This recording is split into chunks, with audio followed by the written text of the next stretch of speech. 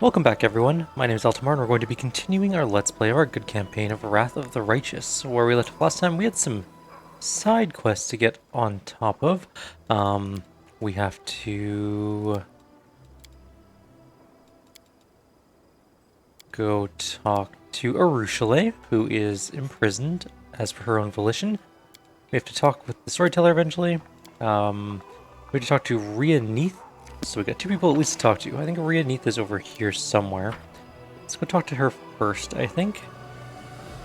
And then we'll do Arushalay. Then we're going to quickly run down to Leper's Smile, grab the... Well, okay, we will go to the Lost Chapel with Sosiel. And then we will go to Leper's Smile, grab the Tirandelev scale, or claw. And then we'll go do the Storyteller stuff. Rhea is standing, arms folded, pensively observing the activity around her. Noticing you, she greets you with a nod. What's this personal matter you wish to discuss with me? Rhea sighs loudly. She obviously has trouble saying this. Her cold, business-like manner melts away. I've said this in my head so many times, but now that I actually have to say it, I can't put two words together. I want to talk to my son very much, but he's avoiding me. I know you are friends, or at least he listens to you. If only you could convince him, at least to approach me. Just a minute, what's your son's name? I know no one by the name of Neith. Oh, of course, forgive me, Neith is not a family name, exactly. My husband didn't have any at all, and neither did I. We took the name of the village he lived in. My son's name is Lan.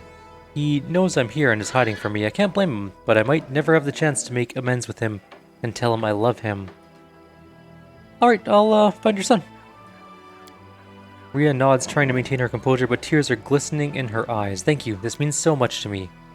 I wanted to ask something else. It might be rude, but I'm worried about Lan, so is he just one of your fighters? Nothing more?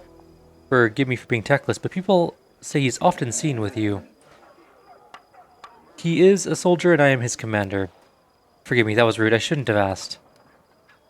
What do you got for goods, actually? I am kind of curious. Price in descending order. Just some ringer protections and stuff. Alright, where is Lan? Which one is Lan? I think that's Sela.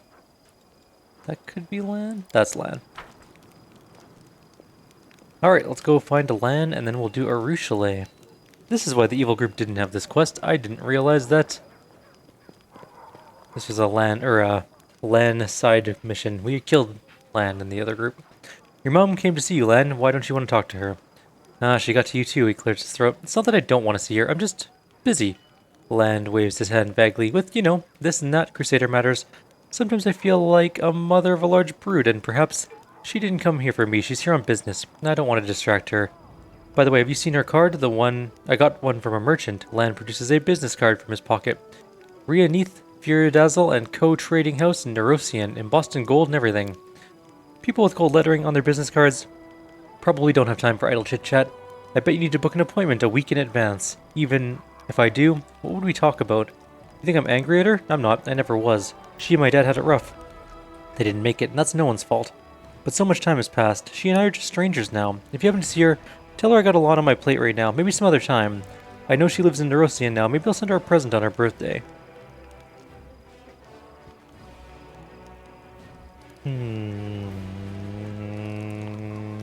Okay. I guess we're gonna go back to the mom. I'm gonna have a sip of water because my throat's very dry. Oh yeah, that's the stuff. Alright, Rhea Neith. Why doesn't Lan want to see you? Isn't it obvious? I gave up and abandoned him. The day his father and I decided to go our separate ways, that was that. He must resent me or hate me. Maybe he's ashamed of me. Or maybe he's wiser than me. Children should meet their mothers. There's no point in reopening old wounds, but I still want to see him so much. Sorry, but he doesn't want to see you. He is stubborn.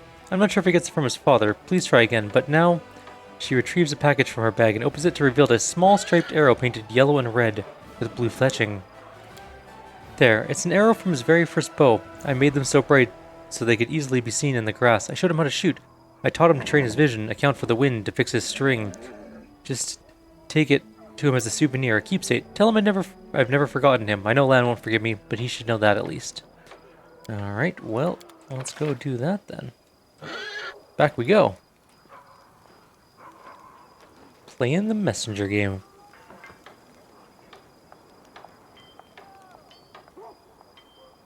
We got caught on a lip, now we went way up in the air. Lan, where are there you are. What brings you here? Your mom gave me this. She's never forgotten you. She's very sorry. Lan takes the arrow carefully and examines it. This is my toy from when I was a kid. It's... Suddenly he breaks the arrow with his clawed hand and flings it behind his back. That doesn't matter, not anymore. She made her choice and my dad let her, and I don't want to blame her. I have no right to. Lan catches his breath and smiles with the human half of his mouth. Sorry. I must have woken up on the wrong side of the bed today. Sitting around Dresden too long is bad for me. I start getting irritated by the smallest things. And I'm always in the best mood when I'm killing demons in the wound. Don't tell her I threw away the arrow, and please tell her I don't want to see her. It will be better for everyone that way. Alright, back we go one more time.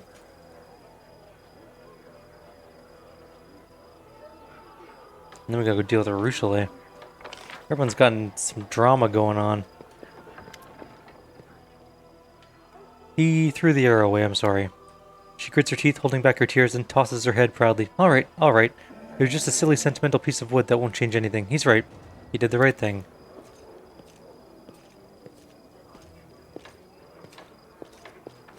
Lan can phase through people. Lan strides up to Rhea and stops, as if he's hit an invisible wall.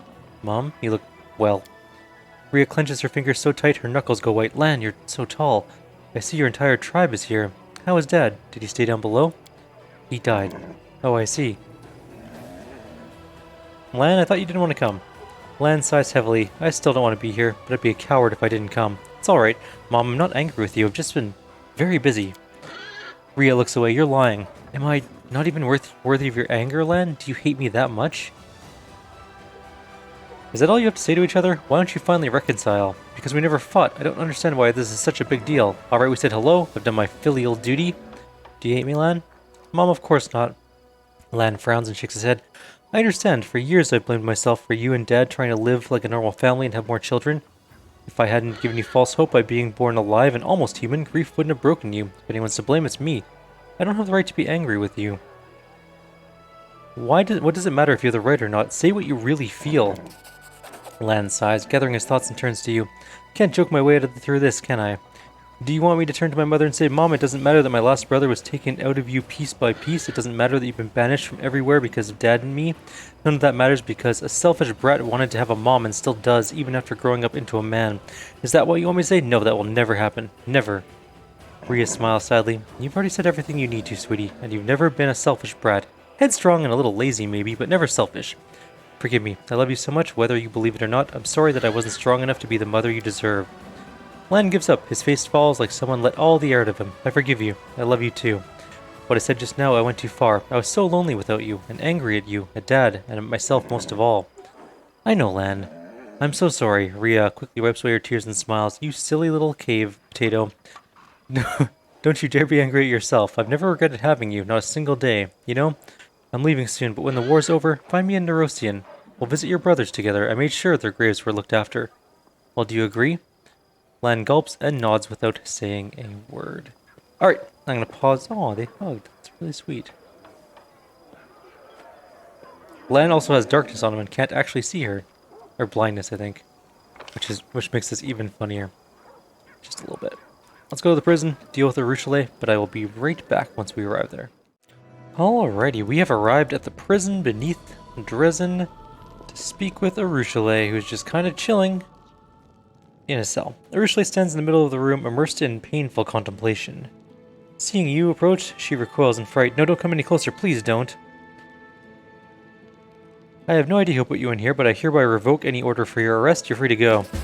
If only you could grant me freedom, but as long as I remain a demon, even Desna herself is unable to do that. The succubus raises her ruby eyes to you, and you notice streaks of tears on her face.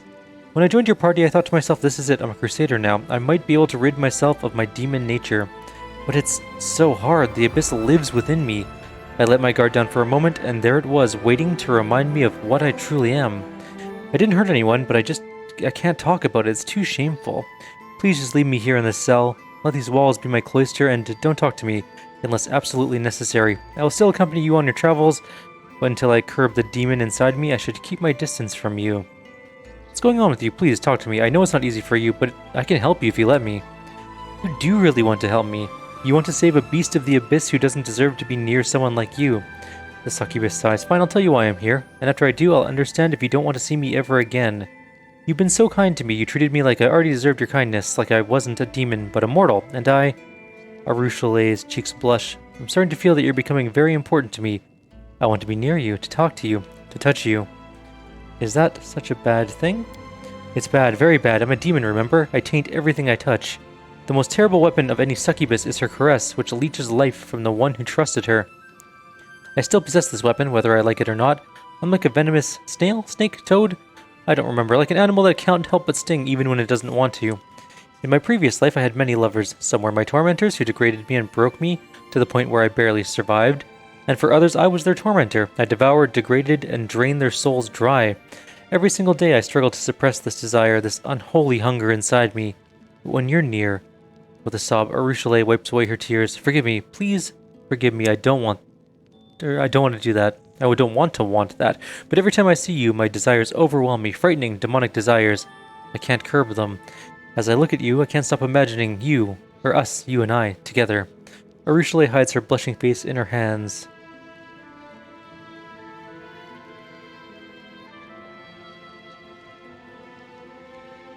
I think I understand, and I'm not angry with you.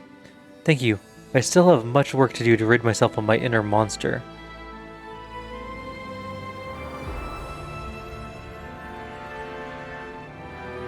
Can't you control your own abilities? Can't you kiss someone without leeching their life force?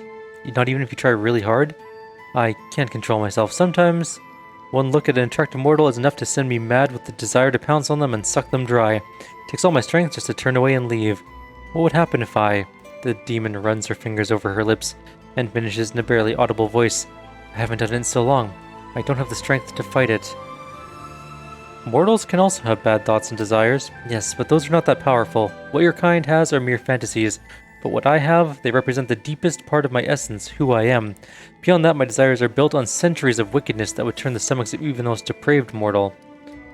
You don't have to hide away from me in this cell. Please come out of there. But these desires, they're tearing me apart. What hope do I have of controlling them with you so near?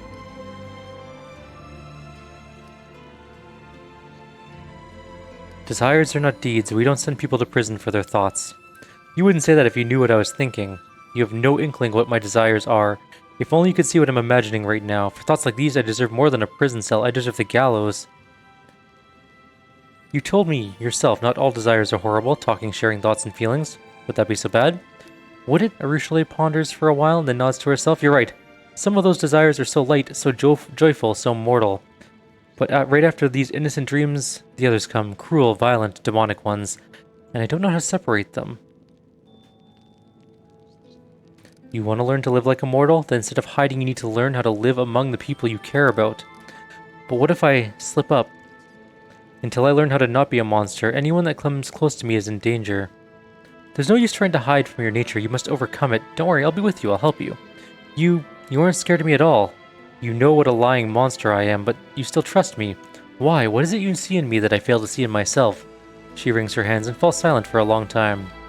When she starts speaking again, her voice seems firmer, as if she's found some sort of inner strength.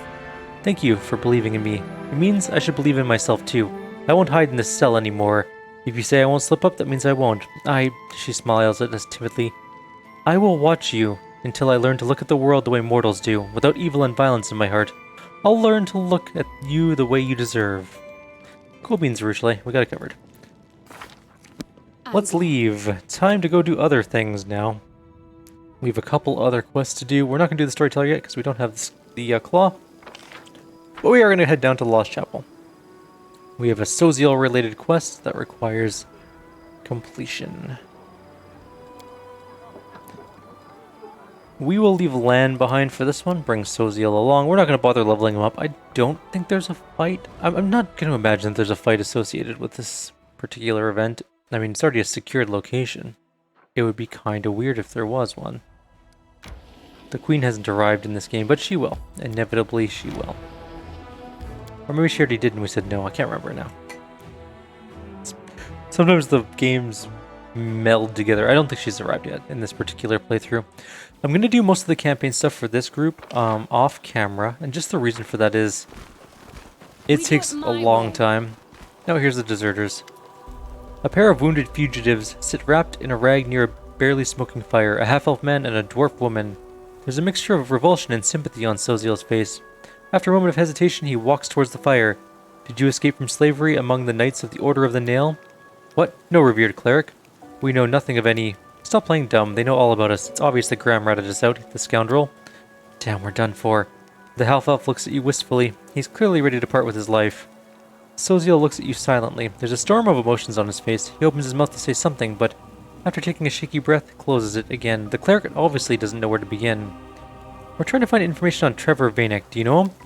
Master Vanek, the dwarf looks down. We served under his command. He was an amazing man, a true hero. There was a woman named Marenta in the chapter. How'd she get Trevor's shield? She was Master Vanek's betrothed. When the demon dragged him away, his shield was left on the ground. Marenta took it as a keepsake. I don't know what he saw in her. She was angry like a devil, but with him, even she seemed to become a bit kinder. But once he was gone, she turned into a real Berenice. She wanted us to be executed for cowardice, every last one of us. And when the commander said no, she left for another order. I don't know what happened to her after that. What kind of person was he? Strict and demanding towards others, but towards himself above all. And despite his strictness, he was a kind man. He knew that discipline was required if we wanted to survive here among the demons. He'd work us hard, he'd thrash the hide off of us for wrongdoings, but his strictness saved many lives. Yes, he often talked about his brother. According to him, he was a real saint. But even if only a part of what Master Vanek told us was true, his brother was a decent man, not a fighter, not a hero, an ordinary village priest somewhere in Endorphin, a man who seeks no glory but does everything he can to help others. Sosiel looks away. Master Vanek idolized him. He used to say he would never be as good of a person as him, but at least he would win this war so that his brother wouldn't have to see it. I don't know what kind of person his brother really is, but I remember one thing. He used to say, when you go to war, leave your heart at home or you'll taint it. I think his heart really stayed there with his brother in Endorphin, among all those orchards and vine groves, clean and pure, while his body was drowning in mud and blood here. What was he doing among the Hell Knights? We heard he came from somewhere in Endorphin. Not for profit like us. No, he had one goal, to rid the world of demons. I always thought he was too good to be a Hell Knight. Such a man should have been a paladin, but who are we to question our commander about his life choices? Anyway, he made his way in the world. In half a year, he was promoted from squire to knight, went through the trial, and earned the right to wear the black armor. Sosiel bites his lip without saying a word. What happened to him? We killed him. That's not true. It was the demons that killed him. We could have saved him, but we were cowards. I'll never forgive myself. We were hunting down a chimera, and Master Vanek and the other knights were supposed to kill it. And suddenly, a terrifying demon in a black mask appeared out of nowhere. He roared something like, "You'll do," and grabbed Master Vanek, then he ran straight at us. We should have fought and taken him back, but we panicked and scattered, and when we came to our senses, there was no sign of them. We were made slaves as punishment. They said that if we couldn't fight honorably in formation, we'd atone for our crime by doing dirty work. They made us dig trenches, carry baggage, and in battle they'd send us ahead to distract the monsters as bait. We dropped like flies. Out of all those who were on that damned hunt, only the two of us survived. 3 if you count Graham. Wait, so was he killed or abducted? No one found his body, it's true, but no one saw him again either. What could those demons have done to him? They must have devoured him. Hopefully it was quick. Tell me about yourself. There's nothing special about us, but if you have questions, we'll answer honestly. Did you serve in the Order of the Nail? We did, not in the proper order, or the order proper, of course, just as hired soldiers. First we served for money, then they made us slaves, and we worked for free. We deserve to be punished. Because of us, the only good person in their damn order perished. It's true, if we haven't lost our nerve back then. What about Graham? Complete scumbag. The Hell Knights hired infantry are no followers of Shaylin. There aren't many good people among us, but Graham still stood out. The last to fight, the first to eat, always ready to pillage, rob, civilians, steal from corpses. There's nothing he wouldn't do, and he drank like a horse. Master Vanek made Graham his valet, tried to make him a better person, but he failed. Graham did quit drinking, but he was still scum. Master Vanek had a saying. He said Graham changed his gold for copper coins. I'm not sure there was anything golden about Graham. Rust, more like. But Master Vanek tried to see some good in him. It's a pity he died without finding anything. Tell me about the death of the knights and your escape. The order we served were hunted monsters. You know, manticores, basilisks, sometimes even dragons. But this time their instincts were wrong. Yeah, they didn't expect that beast. It caught them off guard, and before we knew it, half the unit was dead. They tried to fight back, but we... What about us? For us, it was a chance to be free. We ran towards Canabras. Nobody there would care where we came from, who we'd serve. But Graham was braver. He took the armor from a corpse and went to Mendev through Dresden. That's probably where you picked him up, right? Any more questions? Then maybe we should tell you something else about Master Vanek. What do you say, Sosiel? Sosiel, so you are... No one saw a body, right? So maybe I have a chance of finding my lost brother. Thank you for your words. You've given me back my hope. Sosiel hands a small bag to the fugitives. Take this. These are healing potions, food, some gold, and a letter. Show it to the guards at the gate of Canabras. You will be taken care of. Say nothing. Thank you, Master Vanek. Your brother was right. You really are a saint. Taking the bag, the fugitives walk away quickly. The cleric watches them leave. It seems I know very little about my brother and about myself. He looks at you sadly. We will find your brother, wherever he is. Yes, thank you for continuing the search with me. Even if he's in the abyss, dead or alive, I'm sure that together we will find him. I found out the truth, but the cleric shakes his head. I'm not sure what to think of it. Trevor fell as a paladin, but did you hear what those people said about him? He was the best of the Hell Knights. Can't wrap my head around it. What do you make of it?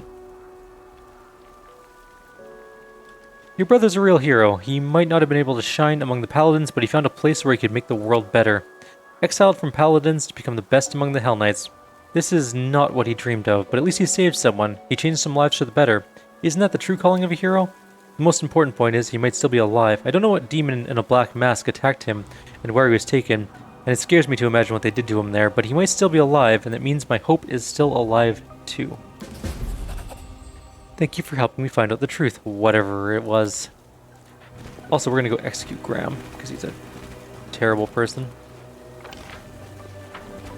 I'm gonna quickly glance around this area, because this is like a new section of this map I haven't been to. Maybe there's loot we missed. I found something. Look at that, there is. It's awful, but it does exist. We'll go down this way too and just check.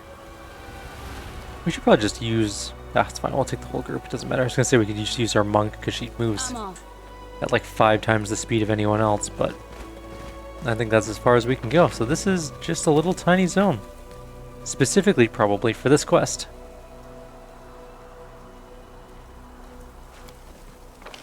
And there we go. Like half our group has blindness. We should probably fix that problem. Actually, before we go, it is permanent. Do we ever remove blind? I don't even know. I wonder why. I'm willing to bet I didn't take remove blindness with her. My will is resolute. Maybe.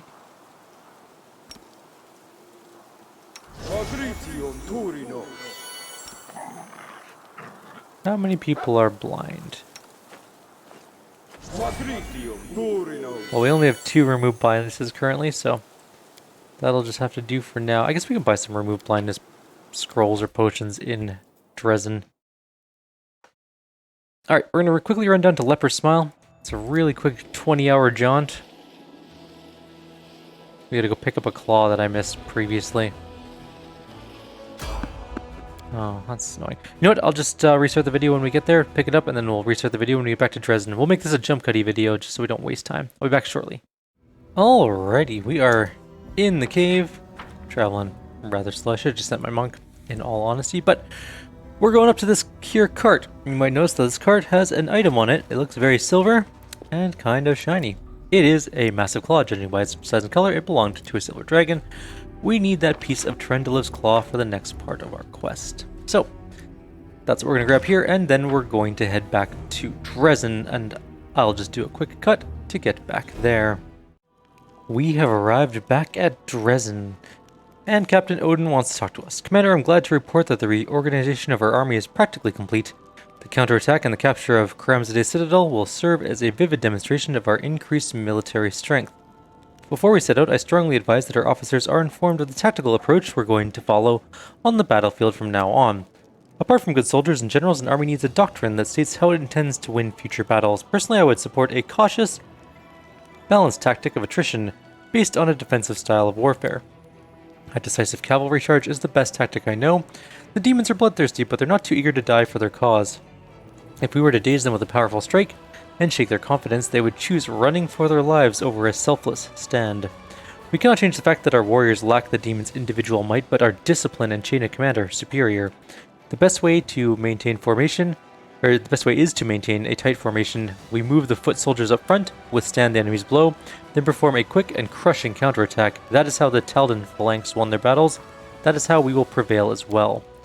No matter what the bright idea the generals has, no matter what strategies they may devise in advance, in battle a soldier must know how to react. If I were in charge, I would give my officers freedom to act on their own initiative, instead of hammering particular tactics into their head. We can get charge, which gives our cavalry +1 bonus to speed and 20% bonus to damage for 1 round, but they get -2 2 AC for 1 round in return. The Taldan Phalanx tactic is the same thing, but just for infantry. Independence is +2 to initiative for all cavalry and ranged units. It's pretty decent. And then this one is the toughness feat for all soldiers, +2 to saving throws against disease and poison, which is not particularly useful for us. I think I'm going to go with the Taldan Phalanx one for our infantry to have more damage. With discipline and the right tactics, we will attain superiority, despite the fact that a single demon will in most cases be stronger than a single soldier. While I believe the military council has reached a decision on all the necessary reforms, all that's left is to put our army to the test, the siege of Storm's Peak. This battle will show us the worth of all we've done. Captain's Odin voice quavers nervously on those last words, and for an instant his mask of composure cracks. Seeing you take notice, he shoots you a look of warning that says, "Not now." Right then. So we've completed the military doctrine tree for this particular playthrough. If we take a look at our... Oh, we rated for plunder. Got 11,000 finance points, 500 materials, 100 energy. Not bad. So if we look here, we are 5 diplomacy, 5 military, but only 4 logistics, and only 3 leadership. We need to seriously upgrade our leadership, and we will as we get more of our stuff done. Basically what I'm going to do from now on is just show you guys the events as things upgrade, or any sort of cool events that happen in the game. We don't really have too much to do in terms of quests, which is fine. We do have a couple side quests still left to do, I believe, specifically revolving around the Storyteller, just talking to him a little bit and getting some items. We have some armies to go around and kill, which I'll do sort of between all of this stuff. But if you want to see how to do these fights, you can just look at the evil playthrough for them. I'm not going to go through all of them in great detail. Most of these fights are very easy. The only tough ones maybe I'll show are like this one. That one's pretty hard, and there's also one up here that's quite tough as well, unless we've already done it in this game, which I think we might have. It does appear we have already done that one in this game, so yeah. So this one's actually really easy. It's not that hard at all. So for now, I'll leave you guys here. I'll be right back as we unlock more things and get things set up for the descent into Midnight Fane. Basically what we're going to do is we're going to do all our rulership stuff here in like a series of quick cuts. And then we'll go do the Elven Storyteller, and then the video after this one, we'll be heading down into the Midnight Fane. So we'll be back very shortly. Alrighty, we are in the logistics meeting. Commander, Dorglind's one eye is looking at you grimly. Next to her stands a shackled half-elf. This is Corporal Nickled Bartley. He was detained while stealing army property. During interrogation, he admitted to being one of the leaders of the Fellows of the Crusade. Based on his account, we've identified and arrested the rest of the leaders of the Fellows. The law says this kind of offense is in wartime warrants a noose. She shoots Nickled a sullen look. But they are our soldiers after all. We fought together more than once. It's run, hanging your comrades. I say we boot them all the way to Nerosian in chains. Let them be tried like common thieves. They'll serve their time, and hopefully these sorry excuses for bandits will wise up a bit. What bandits? Bandits would have already hightailed it from Dresden. These guys are alright. We could use them for things. Don't split on your mates. Elira, that's low. Let's tuck them away in some far-off garrison, and if anyone asks, we'll say what they legged it. They have stumbled, they're criminals, but they're also mortals who have chosen to risk their lives in order to stop a demon invasion. Surely that mitigates their guilt at least a little. There's no need for trials or gallows. We should show them mercy and give them a chance to atone for what they've done. Well, I think they're bandits plain and simple, and the gallows is where they belong. I can tie nooses for every one of them myself, if you like. Pause for just a second there. I had a weird cough. Came up out of nowhere. So we have a couple choices. We can either get finance points from income increased by 10 and material points increased by 1 for each controlled region.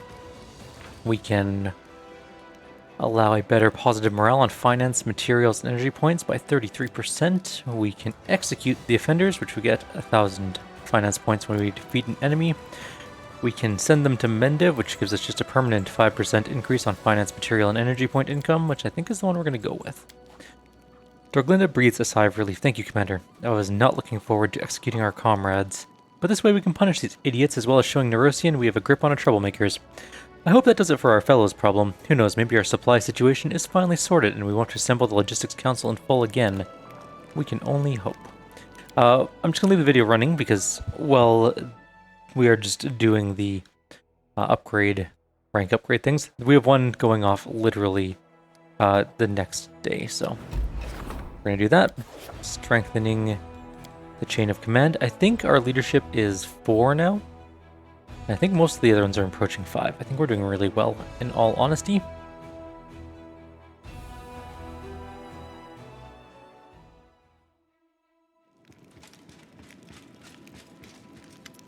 Commander, permission to report.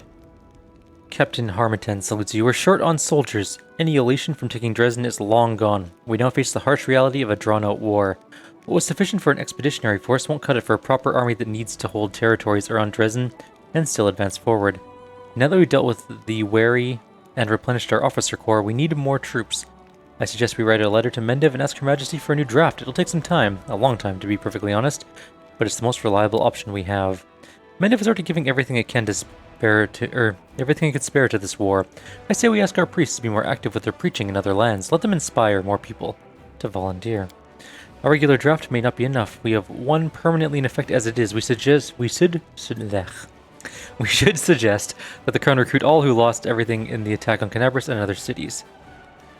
Instead of the meager state-issued meals for these orphans and homeless refugees, they'll get army rations, a pair of boots, and a spear. It's not the best solution for them, and they won't be the best soldiers for us. Still, we'll have plenty of material to sift through and forge into solid combatants.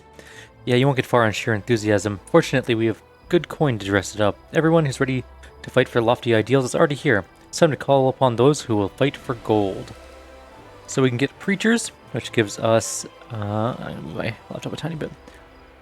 Recruitment growth for trainable units increases by 7% for 20 days. It's a leadership thing. We can get refugee recruitment, which gives us recruitment growth for trainable units, increases by 20% for 14 days. And increases morale by 20. Money gives us... It costs us $5,000, but we get the number of mercenary units increases by 1 for 14 days. And the last one is royal conscription, in which we get a recruitment growth for trainable units by 10% for 14 days. We're just going to go with the Her Majesty's one. Request reinforcements from Mendev. Affirmative, I'll send a messenger to Nerosian today. I'm certain Her Majesty won't abandon us. Thank you, Commander. We'll report on the measures we implement and the results in due time. Call for the Council to be reconvened if we encounter any further difficulties. Which we will. But for now, I'm going to pause again and continue ruling this kingdom. See you guys shortly. Alrighty, we are back in again. It's time to meet up with Queen Galfrey. She has arrived and probably wants to talk to us about opening up the seal. We are going to tell her not quite yet.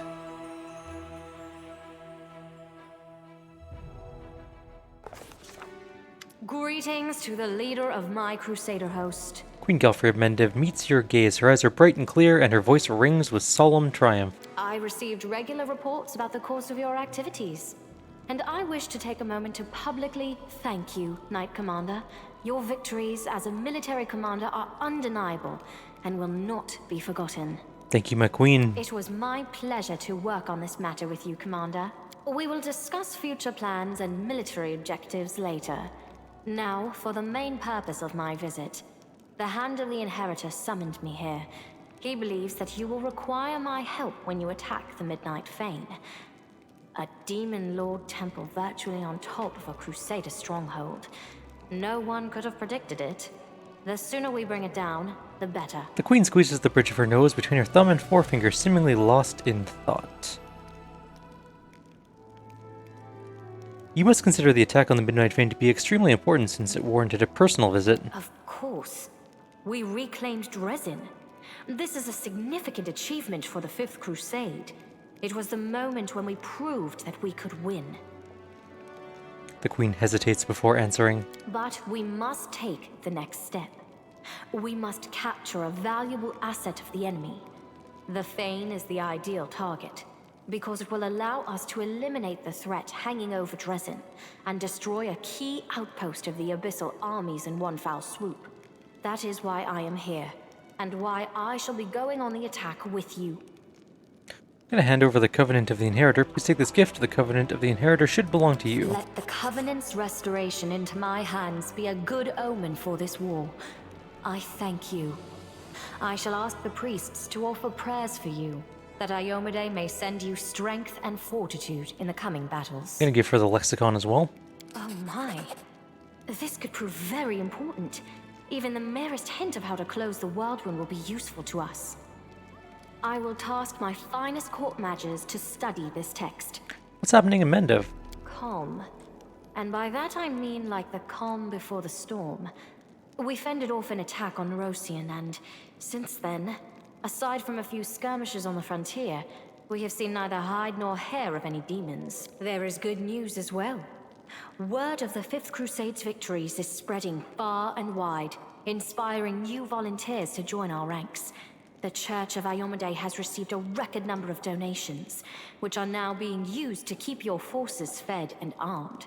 We are growing stronger, and we have to believe that this newfound strength will be enough to win this war. Need more time to prepare. Give me a sign when you are ready. Alright, we're going to continue on with our managing Crusader affairs, and then we'll come back when we have more things to say. See you guys shortly. Alrighty, we are back again. We just did strengthening the chain of command, which is the next one in our list of things to do for the Citadel. We were actually in our main screen because it was easier to do using our special power thing to make more angels. Although I think we've killed pretty much everything, so I don't think we need to create any more Movanic angels anymore.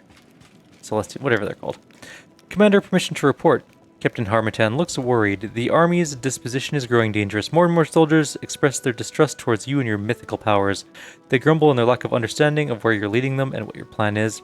What's worse, the wary have once again emerged among the officers. They're adding fuel to the fires of sedition, and we've already have cases of direct insubordination. You have to win back the trust of our soldiers forthwith, or else the army will be paralyzed. Some privates have already refused to march into battle. Just wanted to make sure this was recording properly. Cool. I suggest that we make your strategy clear by setting up a bulletin board. It could have a new statement with your name on it every week. Every 2 weeks you could invite delegates from your soldiers to ask any questions they may have. It feels like the soldiers are discouraged and dismayed. We should embolden them by reminding them that this crusade is about more than just death and danger. This is a time of camaraderie and valor, too. Maybe we could adorn the city with an inspiring monument or two. The kind that lifts your spirits whenever you walk by. Soldiers have the right to ask their generals questions, but they have no right to disobey orders simply because their curiosity isn't being satisfied. They are committing sabotage, and the penalty for sabotage is a court-martial. We'll build new taverns for our soldiers and pour them free beer on the commander's behalf. That's the easiest way to win their love. This decision will not matter for us because we are going to be leaving this event very soon. But anyways, we're not going to build any of these buildings, I think. I'm just going to set up the bulletin board, which is fine. Glad to be of service. I'll tell the soldiers to choose their own delegates. You'll have the text of your first address to our troops on your table today. Cool beans. Alright, and that is effectively all of the conversation-y type stuff for the events for like the rank ups. So we're at 5 across the board now. Everything is good.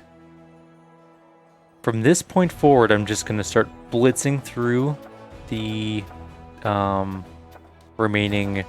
Oh, interesting fact. The Fate of Soulshear in this one also isn't here. Like, I can't do it. So, one or both groups lost Soulshear, and I don't know where... Well, obviously both groups lost Soulshear. Don't know where it is. Not a single clue where it went. So, that's a thing that's happened. So, yeah. That's the thing. Anyways, I'm going to continue this. We're going to blitz through all the rest of these. The non-repeatable ones, obviously. And then we're going to do the Storekeeper. And then in the next video after that one, we will be going down into the Midnight Fane. See you guys shortly. Alrighty, welcome back, everyone. After, at long last, we're pretty much ready to wrap up this Act 3. We did all the relics we could. Couldn't do Soulshear on either group, so I don't know what's going on with that. Not that big of a deal, in all honesty. We'll just figure it out. I found a page that might interest you. And another one. And another one. There we go. The storyteller clenches the pages you brought. His voice becomes a bit younger and more energetic. My feet are covered by a crawling carpet of locusts. A few insects got under my clothes, under my shirt, down my back, in my pants. They are crawling all over me, tickling my skin with their little legs. They will not attack until they recognize me as a stranger. Protective spells are guarding me, allowing me to deceive the pestilent denizens of the rasping rifts. I keep very still. I am but an observer, an uninvited guest who prefers to remain unnoticed. I don't hold my breath when Demon Lord Discari swings his scythe over Izyagna. I feel nothing when Izyagna deftly avoids the blow and tries to strike Discari in return. I'm here by the order of Lady Nocticula. I must observe the fight and then return to Arushalay. The affairs of demon lords do not concern me. Why did Nocticula send you to follow Discari? The storyteller shrugs. I don't know, and I don't want to know. My service to the Lady in Shadow is almost over. It's the 17th year of my life in the Abyss, and I'm already counting the days to the end of my turn. Who is Izyagna? She's a rising demon lord, the servant of Lamashtu. She simultaneously inhabits 7 mighty ant-like bodies. Izyagna and Discari are always sniping at each other, but they dare not enter into open war, fearing Lamashtu's wrath. The storyteller chuckles. The current fight is just one small quarrel, 1 in a million. Izyagna came to the Rasping Rifts with only 3 of her 7 bodies. I'm sure it'll be easy for Discari to destroy the intruder. Where's your friend Kinney now? The storyteller's lips part in a smile. He's here with me, of course. The stubborn lad refused to stay in Elishanira. He volunteered to accompany into the Rasping Rifts. He said he wouldn't miss such an exciting adventure for the world. His youthful zeal and desire to live life to the fullest seemed to make me younger too. Continue. Rift Carver, Discari's scythe, swings up again with a whistle through the air. It lodges in the ant-like head of one of Izyagna's bodies. Greenish slime splatters, the poisonous drops falling on my face. I keep very still. With a last convulsive movement, the ant-like body winces, tearing the scythe from Discari's hands and jumping back, only to drop on its side and lie still. This loss will hardly worry Izyagna. To kill her, one must destroy her heart, which is hidden deep under Yanaron, a city in Lamashtu's realm. Disarmed, Discari returns to Izyagna's second body that's attacking him. I slowly turn to Kinney, who is standing beside me. My young friend is usually easily impressed by such mighty opponents fighting, but the seat next to me is empty. Kinney is gone. The storyteller shivers and starts speaking faster. Forgetting about the danger, I look around for my friend. The swarm of locusts at my feet buzzes, displeased, but the need for secrecy no longer seems to be important. Where is Kinney? After a moment I see him, and a treacherous shiver runs down my spine. My friend is standing over Izyagna's fallen body and reaches for Discari's scythe sticking out of it. What's so special about the scythe? Rift Carver has the power over the material of the plains. Discari made the scythe with his own hands from his mother's skeleton. It can cut rifts into the plains themselves. The Demon Lord used it to make the Rasping Rifts, his own abyssal realm in the Plain of the Abyss. Continue. Kinney, stop, don't touch it! I scream, throwing caution to the winds. My friend turns to face me, his face baffled. I understand him to an extent. The scythe able to rip passages between planes will certainly help us save Galarian, but trying to steal it is rash and stupid. We have nothing to defend ourselves against the Demon Lord's rage. Stop, my friend, before it's too late! Out of the corner of my eye, I see Discari lift another Izyagna's body and tear it to pieces with his bare hands. But I don't hear his howl of victory. The Demon Lord throws away the still body of his enemy, and turns to us. A swarm of insects is biting my feet. Locusts cover my eyes, hitting me in the face, trying to get inside my nose, mouth, and ears. Nevertheless, I get to it first. I grab the giant scythe and swing it awkwardly in the air. Rift Carver is so heavy my hands instantly cramp. I have no idea how I managed to lift it at all. I drop the scythe on the ground, but the damage has been done. Right in front of me, there is a small rift, a wound in space. The smell of Elishanira's sewage comes out of it. A wonderful smell that brings me hope for salvation. I grab Kinney's sleeve and dive into the rift, only a moment before Discari's claws cut the air where we just stood. The storyteller catches his breath and wipes the sweat from his forehead. I angered a demon lord, and my life was hanging by a thread. I'd never have thought that something like that would happen in my life. The storyteller shakes his head distrustfully. How many dark sides of my past will I have to find? I'm starting to fear what I might see in the next pages of my notebook. Thank you for your stories. Let's see if we have anything to do. Oh wait, we have Tyrandelev's story. I'm also going to no, I can't restore that. That's fine. The storyteller hangs his head, looking sickly and tired. How many times has the moon died and been reborn since I've been here? I've lost count. My friends brought me here. They said goodbye to me, like always. But they looked at me like this was the last time they'd see me. Cowards, insidious spawn. They were glad I was going to die, but I'll show them. Tirandelev will live. A new Tirandelev, whose eyes are finally open. I hear the rustling of wings and I emerge from the cave where I imprisoned myself. Who is it? A friend, an enemy? Sunbeams reflect off his scales as he hovers before me, surrounded by a glowing halo. The gold dragon, Helasiax. Part of me wants to fly to him and make a circle of honor around him, as any good student should, but the part of me that turned my scales black is ready to seize his gleaming throat. How dare he fly here, flaunting his purity and innocence? He wants to humiliate me, drag me through the mud, but I will show him. Now what am I thinking? My mentor has come all this way to save me, I know. He would never abandon me. Someone called him to my aid. Moving heavily, I take flight to greet him, but my body, controlled by the foulness, straightens like an arrow. His vulnerable throat is so close. One strike, and I will destroy you. Halasiax. What happened next? Did Halasiax survive? I don't know, but I know the place where Tirandelev was believed to have sought refuge for her tarnished soul.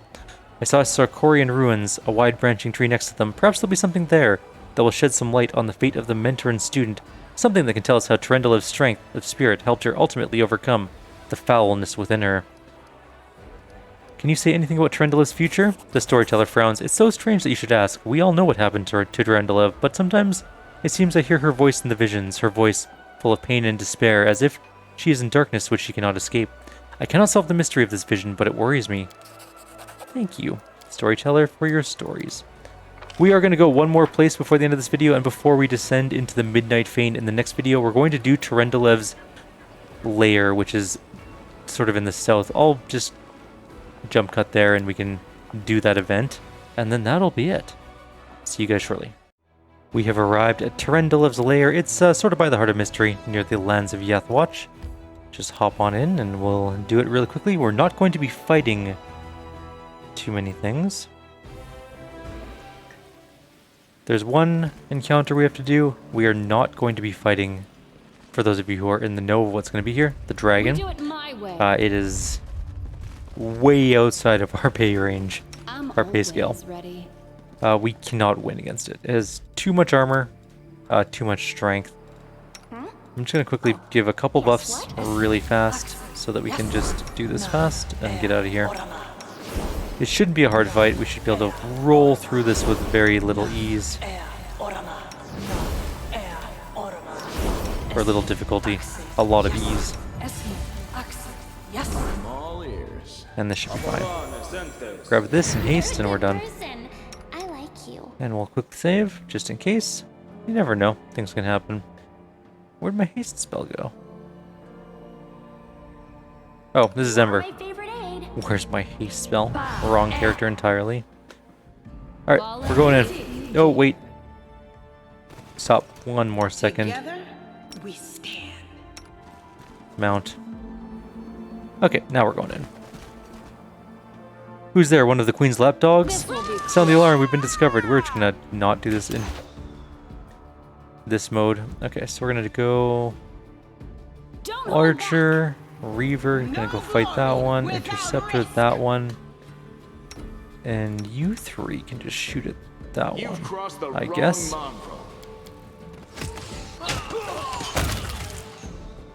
Okay, you... Do I have an extra person here? Oh, Lan, right. Ember did take some hits, but that's fine. Stop. Please stop. A red-haired man raises his hands in a calming gesture. This place is an abode of peace and tranquility. A place to heal the soul and the body. It's not a battlefield. Please spare this man. I will spare his life, healer, but if I see him again, it will be forfeit. The man lowers his head. I understand and accept your decision. You are stern, but not cruel. This gladdens my heart. I wouldn't have let him go, Lan remarks grimly. So I can go? The boy looks at you with distrust. I want you to know I won't change. I will remain your enemy, and Lord Baphomet will give me great powers. You are already strong. You don't need to serve demons. When you finally understand this, your soul will find peace. You already possess that which is worth the most, your life.